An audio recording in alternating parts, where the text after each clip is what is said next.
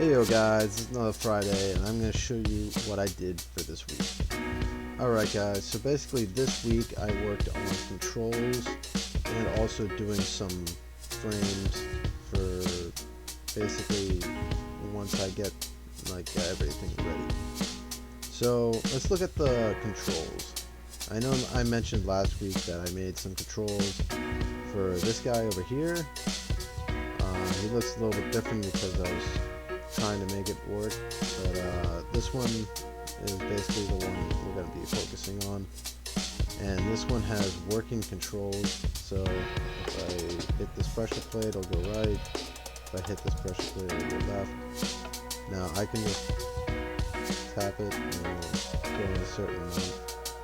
And also, that's not the only way I can control this.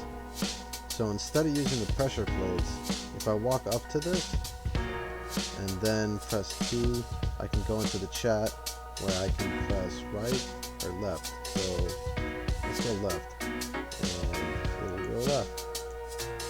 You can kind of see it through the chat, but right now this is pretty good for about a week. I had to remember some things and look up some solutions for that.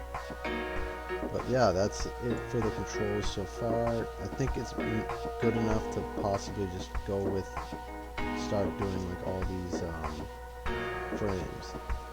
So this week I managed to do about 200, but I didn't really spend that much time on them. It was more like working on how do I make the controls for that thing work. So I'll try to walk you through what exactly I did to actually make this kind of work. So this area right here is basically the right pressure plate. So when I click on this, it sends a redstone block to a certain location, probably this one, and powers this. It'll make it move by an increment of 1 for the paddle. And if it goes too far,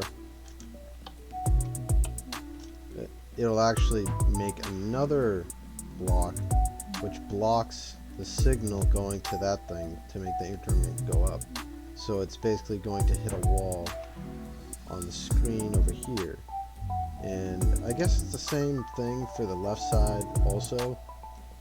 Now for this thing over here, this is basically where you display things onto this.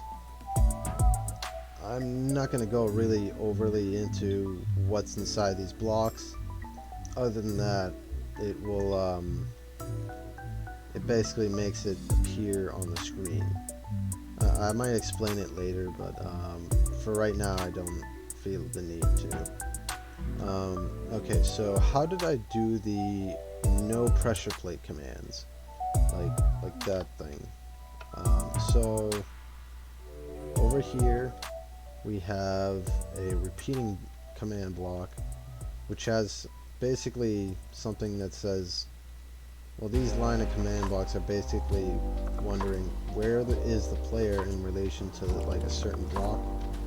So this particular block, if I overlap it with the player, it'll start sending us a message, and if I click the message, it will fill one redstone block on one of these right here, and then it'll send a signal to these two. And then basically this one removes the redstone block, and this one adds it over here, but only for a brief moment, allowing it to only move by an increment of 1. And it's the same thing for the right side. I hope that didn't confuse you that much. I really didn't dive deeper into explaining command blocks, but I think they're pretty important for this project, so maybe I'll explain it a little bit better in the next video. Hey, thanks guys for watching, and happy Friday.